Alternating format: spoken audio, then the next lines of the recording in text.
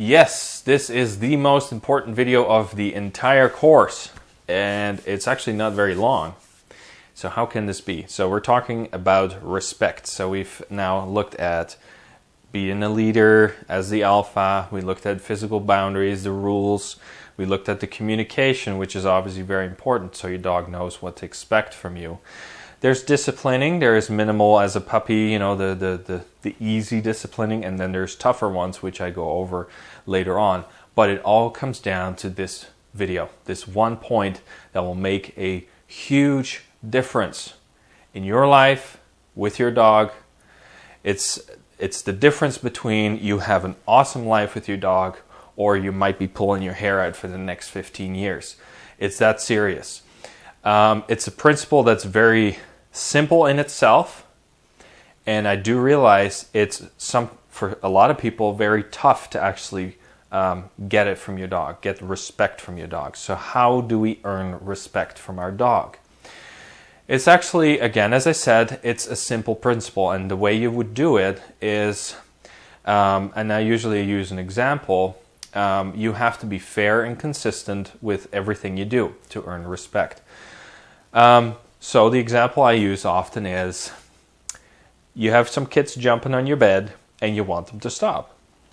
So you tell your kids, hey guys, stop jumping on the bed.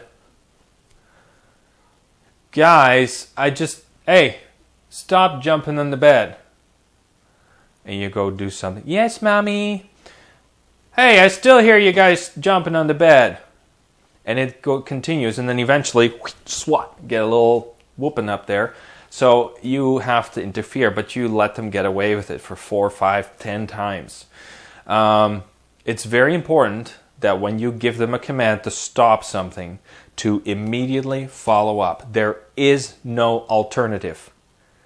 That is a very firm way of getting respect for from your dog.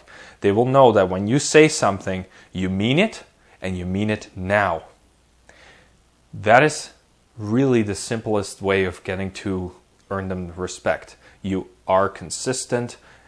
It's important to be fair, right? You don't just want to randomly put your dog in their crate for no reason. There has to be somewhat of an explanation. You don't have to give them the explanation, but it needs to have a purpose. Can I have a candy? No. Half an hour later, can I have one now? Sure. No real reason for it. So there needs to be a bit of a fairness to it. Why am I doing this? Is this fair to the dog? You don't have to ask for explanation, and sometimes you just need your dog to be in the crate, for example. That's fine. But it's nice to have a fairness to it. Don't be mean as in random things all over the place that makes them confused and don't understand it, and then one time you do it and the next time you don't, and it kind of falls apart, and they will potentially lose some respect for you because you're not consistent enough. So let your yes be yes and your no be no. Kind of biblical, actually, if you think about it. So you say yes to your dog, great. If they do something they can't do it, stop what they're doing, make them listen to you, and don't continue with it. You tell them this is it, this is the boundary. Now you need to listen up, and that's it.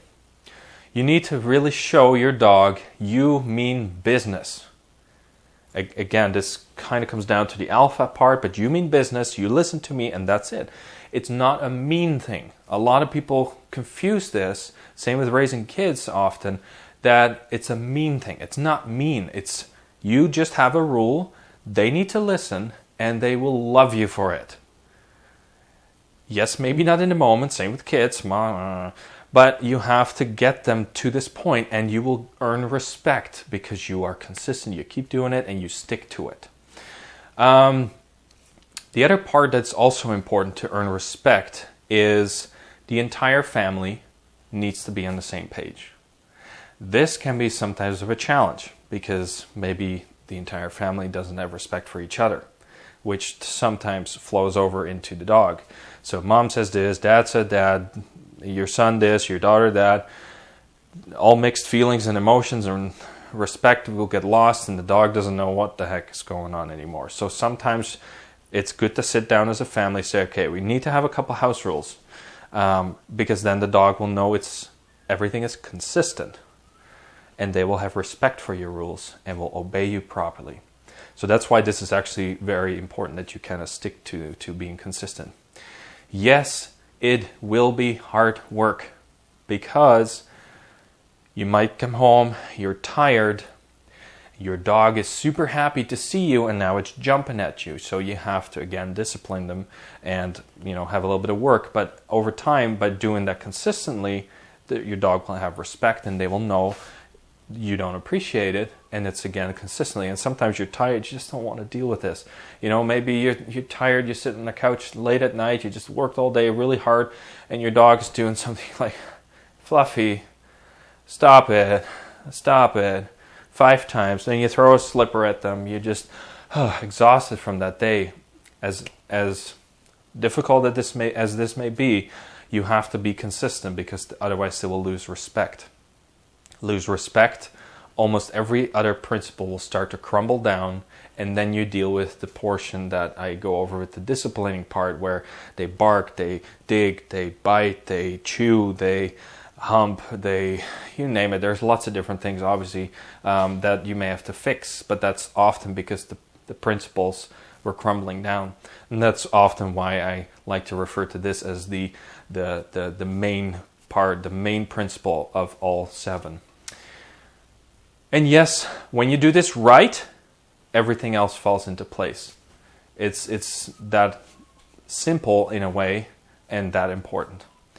So if you have to go over this video again, or just kind of let it sink in, it's good to maybe kind of repeat this and maybe see how you can adjust things around the house. Just as a child, potentially, if mom and dad can't agree on a certain thing, mom says this, dad says that, a child will lose respect for its parents. It may not always be openly to them, but it's their behavior that is a result of losing respect for mom and dad, because mom and dad are in disagreement.